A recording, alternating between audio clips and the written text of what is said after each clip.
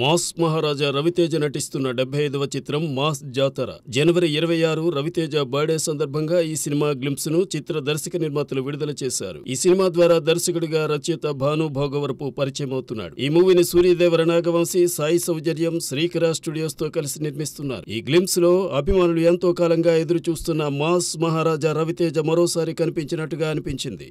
వారు కోరుకునే ఎనర్జీని తెరపై రవితేజ చూపించారు. చెప్పినవి 2 డైలాగ్స్ అయినా రవితేజ తన బాడీ లాంగ్వేజ్ తో ఆకట్టుకున్నారు. ధమాకా తరువాత శ్రీలీల రవితేజ్ తో జోడీ కట్టిన మాస్ జాతరకు భీమ్స్ సంగీతం అందించారు. సుధీర్ బాబు కథానాయకుడిగా వెంకట్ కళ్యాణ్ దర్శకత్వంలో జటాధర చిత్రం రూపుదిద్దుకుంటోంది. దీనిని తన మిత్రులతో కలిసి ప్రేరణ అరోరా నిర్మిస్తున్నారు. తాజాగా ఈ చిత్ర నిర్మాణంలో భాగం పంచుకోవడానికి జీ స్టూడియోస్ ముందుకు వచ్చింది. ఈ సూపర్ న్యాచురల్ థ్రిల్లర్ గురించి Zee studios CEO Umesh KR Bansal మాట్లాడుతూ, అనంత పద్మనాభ స్వామి ఆలయం చుట్టూ ఈ కథ తిరుగుతూ ఉంటుంది. అక్కడి సంపద, దాని చుట్టూ అల్లుకున్న వివాదాలు, చరిత్ర, ఇలా అనేక అంశాలను ఈ చిత్రంలో చూపించనున్నారని అన్నారు. ఈ సినిమా కోసం సుధీర్ బాబు ప్రస్తుతం మేకోవర్ అవుతున్నారు. ఫిబ్రవరిలో జటాధర చిత్రీకరణ హైదరాబాద్ పరిసర ప్రాంతాల్లో జరగనుంది. గత కొంతకాలంగా సరైన సక్సెస్ లేక సతమతమవుతున్న సుధీర్ బాబును ఈ సినిమా సక్సెస్ ట్రాక్ ఎక్కిస్తుందేమో చూడాలి.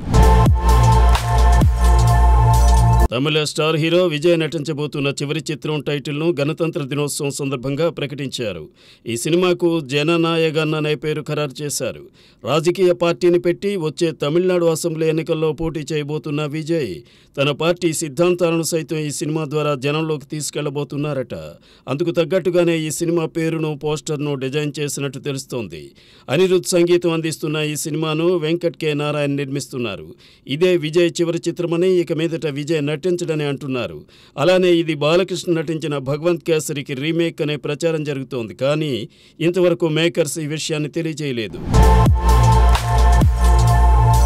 మంచు విష్ణు ఇటీవల 2 నిర్ణయాలు తీసుకున్నారు. అందులో ఒకటి జాతీయతతో ముడిపడింది. త్రివిధ దళాల్లో పనిచేస్తున్న తెలుగువారిని గౌరవించేలా వారి పిల్లలకు తన యూనివర్సిటీలో 50% స్కాలర్షిప్ ఇవ్వబోతున్నట్టు గణతంత్ర దినోత్సవం సందర్భంగా మంచు విష్ణు ప్రకటించారు. 2 తెలుగు రాష్ట్రాల్లోని వారికే కాకుండా దేశంలో ఎక్కడ ఉన్న తెలుగు వారికైనా ఈ స్కాలర్షిప్ ను అందిస్తామని, తమ యూనివర్సిటీలోని అన్ని కోర్సులకు ఇది వర్తింపచేస్తామని ఆయన అన్నారు. అలానే కన్నప్ప చిత్ర రూపకల్పన సమయంలో తనకు శివతత్వం గురించి లోతైన అవగాహన కలిగిందని, అందుకే 12 జ్యోతిర్లింగాలను దర్శించుకోవాలని అనుకుంటున్నానని, ఇప్పటికే 3 జ్యోతిర్లింగాలను దర్శించుకున్నానని విష్ణు చెప్పారు. ఇదే సమయంలో ఆ జ్యోతిర్లింగాలకు సంబంధించిన పలు విశేషాలను వీడియో రూపంలో హిందువులకు అందజేయబోతున్నానని తెలిపారు.